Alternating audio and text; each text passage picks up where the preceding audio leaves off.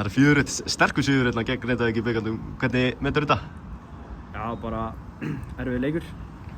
Grindavík með gott lið og góða mannskap og góða þjálfara sem þjálfaði mig á HK, Brynjar Björn, og þannig við bjuggumst við erfiðum leik og enda stiltum við upp mjög sterkur lið og geggjað að vera komin í 8. úrslit.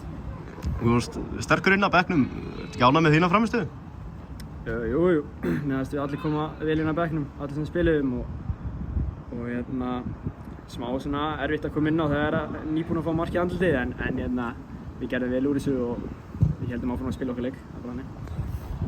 Víkingar og bikarmeistaratitil, hvað er málið með þessi 2 orð?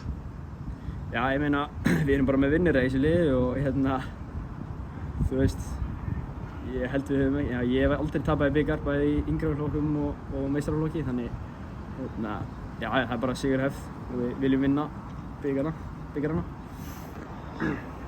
Þú, hvernig er staðan á þér, skrókkurinn?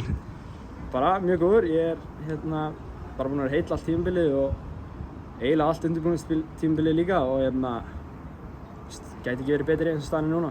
Einmitt byrjar tímabilið sjálfur bara mjög vel. Já, það er sterkt að byrja vel en liðið líka, byrja vel og smá slip upp á móti HK en við komum sterkir tilbaka á móti FH og vinnum núna, þannig bara halda áfram á móti Vestra á mánudaginn, við þurfum að sækja 3 stig. Takk hérlega. Takk.